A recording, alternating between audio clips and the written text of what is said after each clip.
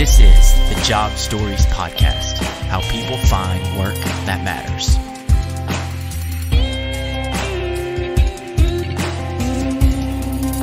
Do you mind to, thank you so much for coming on today. Thanks for having me. Do you mind to just introduce yourself real quick? Absolutely. So my name is Jack the Underdog. I am a pop punk artist here in Nashville, Tennessee. I've been making music for pretty much my whole life. Like I think I wrote my first song when I was like 7 years old. Nice. But yeah, love pop punk, Neck Deep, Sum 41, Blink-182, kind of what I grew up on, what I love the most. Nice. Where are you from originally? Originally from St. Paul, Minnesota. Okay. So I moved here to Nashville to go to Belmont University back in 2015. And I just stayed. I love Nashville, so I decided to stay. Gotcha. So did you say you wrote your first song when you were 7 years old? Yeah. Okay, let's talk about that. That's So, mad early to be It writing a was song. it was really funny, y'all. So do y'all remember the Goosebumps books? Of course. So R.L. Stein, right? I was obsessed with those books. Like I don't read books now. I wish I did. I used to read a lot, right? And so I was obsessed with those Goosebumps books, and I wrote my first song while I was on an airplane. I think it was like after like a spring break trip or something as a little kid. And I wrote it about a ventriloquist doll from the Goosebumps books. Oh my gosh. And it was so bad. It was like a comedy song that I thought was so funny, like as my little 7-year-old self. But that was really what got me wanting to even write music and make music after that. So we're going to post the lyrics of that song in the podcast find description. Hit up Mama and Papa Underdog to find that. They might have it in the scrapbook or something. So, Do you remember knowing that you were writing a song? Were you like, I want to write a song? yeah. So I was always very artistic and very not athletic. I was like, my brother is the athletic one. I'm the artistic one. So ever since I was a kid, I was always drawing, singing. I had a couple albums that were like my favorite that I would just like put on and just sing at the top of my lungs, pretending like I was in the band or whatever. Yeah. So yeah, I sat down with the intention to like write this song about this ventriloquist doll from Goosebumps as a little 7-year-old. That's so good. So those albums that you would sing at the top of your lungs, what were they? Okay, so many of them. Boulevard Broken Dreams by Green Day was like my first like pop punk album that I like fell in love with. But before that, I mean, I loved pop. I loved a lot of different stuff. Specifically, my friend and I were obsessed with Kelly Clarkson and Avril Lavigne. Sure. So we would just listen to Kelly Clarkson and Avril Lavigne all the time. Yeah. So that was like, I think what Avril Lavigne's like what first kind of got me into the more alternative stuff. But then, popped right over to Green Day and, grew up with all of that kind of stuff. And then as I got older, I kind of went more into the more modern stuff like Neck Deep. But still, given the props to all those older school ones, like I was obsessed with Rage Against the Machine when I was in high school. Sure. Yeah, all over the place. A lot of different answers there. I have a funny Kelly Clarkson story if you want to hear it. Yes, please. I would love Yeah, to. so I grew up playing drums and in churches. So there was a band called Pillar that I loved when I was in middle school. And they had a drummer. His name was he's still alive. I'm talking like he's dead. His name is Lester Estelle. So after that band kind of ran its course, they still might do some stuff, I don't know, but he started playing drums for Kelly Clarkson. And I was at a Kelly Clarkson show in New York with a friend that kind of hooked it up, so we got to go backstage, and he was there, and I saw him, and I like made a beeline. I was like, I saw you at a Pillar show when I was in middle school. He's like, dude, you know Pillar? But it was at a Kelly Clarkson show. It was so crazy. So I kind of got to meet like one of my drumming heroes from I love that. I love yeah. it.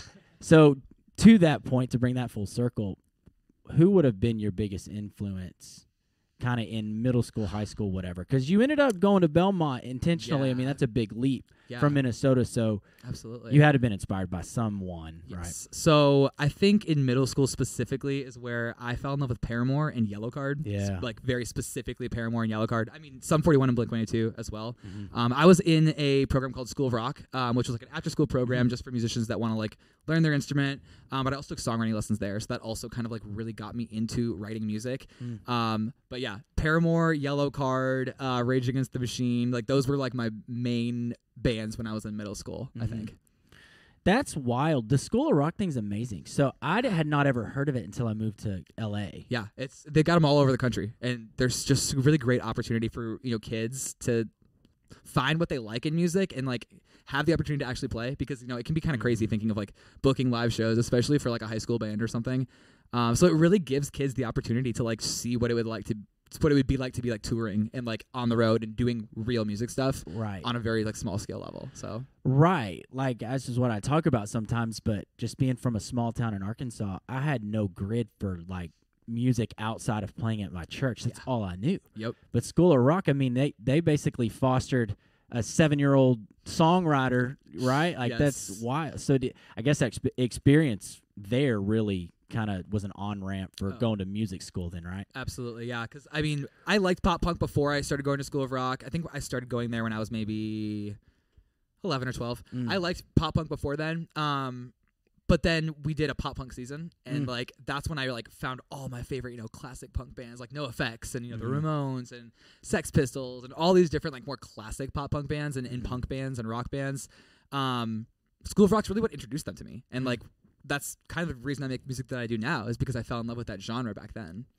Let's talk about that. Let's fast forward to now. Yeah. What's it like? I mean, navigating a music career is difficult, and it can be amazing and hard and beautiful and tough. And what's that like for you now? Yeah, so I am very lucky. I have a team here at Classic that does a lot of my content and my social media stuff, which is so helpful. I have a full-time job on top of music, so it's finding the time to sit down and record and edit a TikTok it's just not there some days. And so I really appreciate having my team.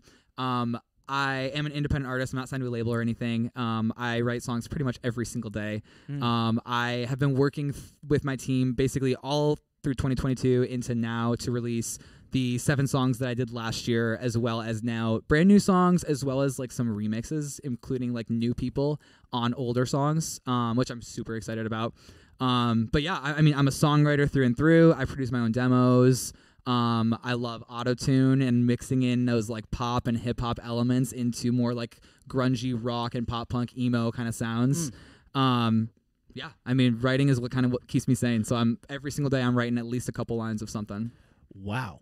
That's quite a lot. So does that feel like a grind, or you love doing it? Or? I actually just for a couple months there, I wasn't doing it. I wasn't writing every day. Sure. And then I started doing it again, and my brain like turned on. I was like, it's like a mental exercise almost. Like, those like stupid phone games to like, train your brain. I almost feel like for me, like writing every day, even if it's a very small amount of it, like it keeps me sharp. Like it keeps me like grounded almost. And like, it sounds like it would be almost like too much for some people, but it's like, for me, it's just like, that's what I do to like relax, decompress, like get my thoughts out, process, all of those kind of things.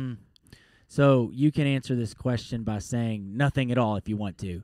But is there any advice that you'd go ahead and give the 7-year-old Jack about trying to get into trying to navigate a music career? Yes, I would say, I know you're insecure. Stop being so insecure. We still deal with it now, depression, anxiety, all that kind of stuff, mental health, the idea of like imposter syndrome. Are we good enough to be doing this? You are.